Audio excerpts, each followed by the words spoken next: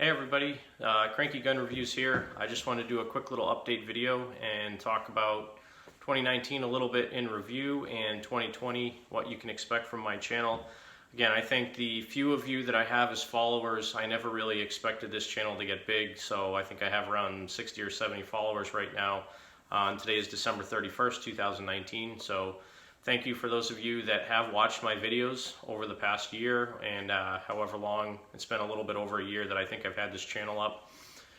So again, thank you for watching. I'm just a normal guy. I work a day job. I do firearms as a hobby. I also have another YouTube channel called Cranky Motorsports. Redoing a 53 Bel Air that I'm turning into a gasser right now. Also do stuff with Sears garden tractors, auto mechanic type stuff, and then just goofing around. So that's my other channel. That one really is where I spend a lot of my time.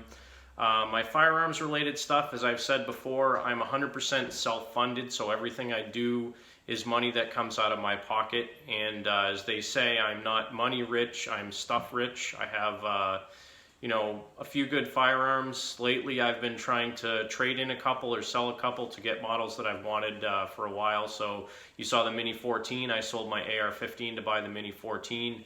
I also traded in one of my Smith & Wesson revolvers. I may end up selling my Charter Arms Pathfinder 22 LR revolver in favor of something else just because I really don't shoot it that often. It's a lot of fun, it's a target model, but again, I'm trying to get to a point where I don't have so much stuff that I can't use it. So I'm trying to get rid of some of the clutter in my life, trying to whittle down the things that I have and then try to get some newer stuff. So trying to condense all that stuff. Some of the other things I think about on a day-to-day basis with the political climate that's going on right now in our country, what's going to happen in the future as far as firearms and as far as other things go, with the economy, if there's ever an issue where the grid breaks down, how can we take care of ourselves as my family? I have a wife and 2 kids, and I have a pretty good sized piece of land. I have about 2.5 acres. I mean, for the area that I live in, 2.5 acres is kind of a median piece of land. There's a lot of places that have smaller and a lot of places that have more land. But just trying to get to a point where, to some level, I can actually sustain our family if anything bad were to happen. So that's part of the reason why I have the firearms I have.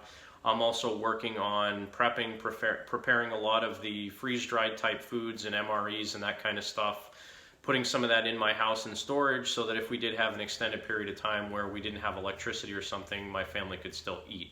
I have a small fire pit on my property. I have the ability and the knowledge to farm, so if I needed to grow my own food, I have the ability to do that. Of course, in preparation for that, you need to have seeds for your plants or small plants and things like that. So my wife has some herbs growing and things like that, but it's not really to the level that could sustain us. So that's something in the next year or so I'm going to be working on as well. But when that specifically comes down to firearms, the ability to have a good enough amount of ammo on reserve that if anything happens, I don't have to rush out and get it, or I don't have to barter with somebody to get my own ammo.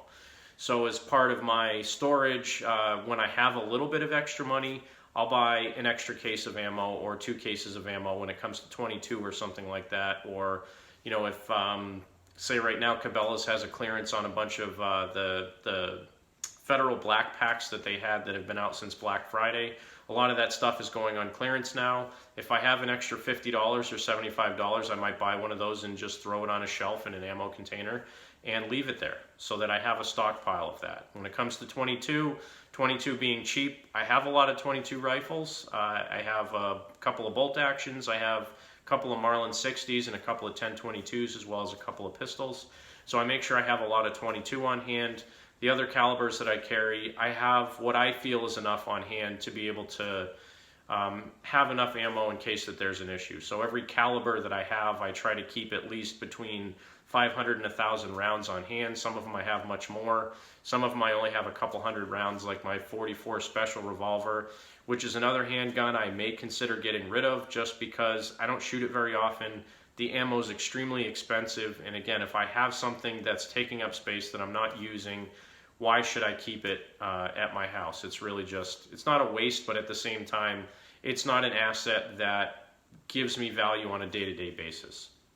So as far as 2019, I put quite a few videos out this year. I want to put out more next year. I'm trying to do it on a more normal basis, but for me it's very difficult because I work in a corporate job, so sometimes I have to travel.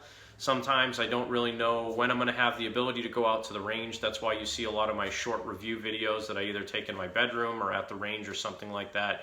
I'm going to try to do more in-depth videos, what my theory on concealed carry is, what type of holsters I like to use, what type of guns do I typically carry when I conceal carry.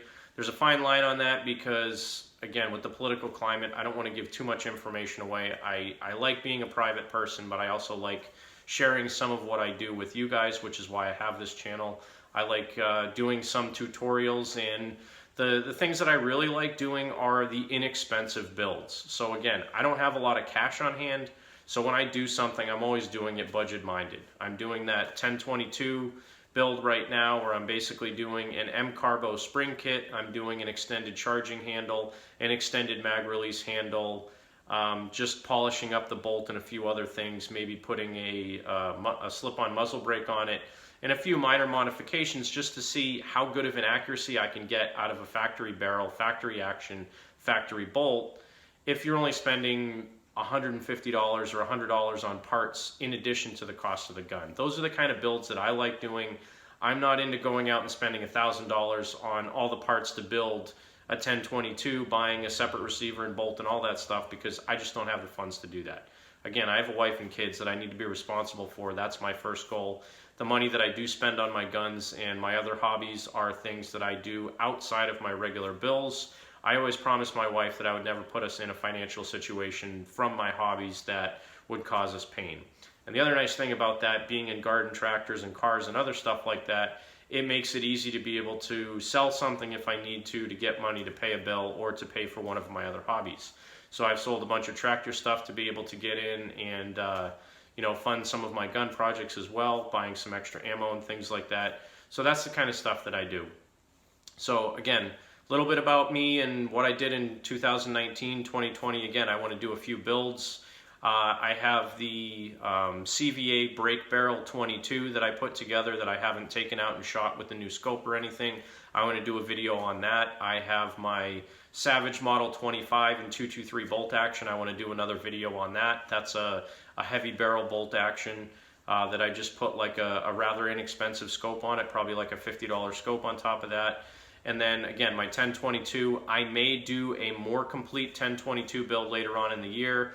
Kind of depends on whether or not I keep my Marlin 60 or I sell one of my Marlin 60s or I keep it all. Again, I would like to keep everything I have and then buy more, but feasibly, it doesn't always happen that way with money, and I don't want to put myself in a situation where I'm wasting money that I should be spending on something else. So trying to rearrange my priorities a little bit. Hopefully I'll have more videos out for you guys.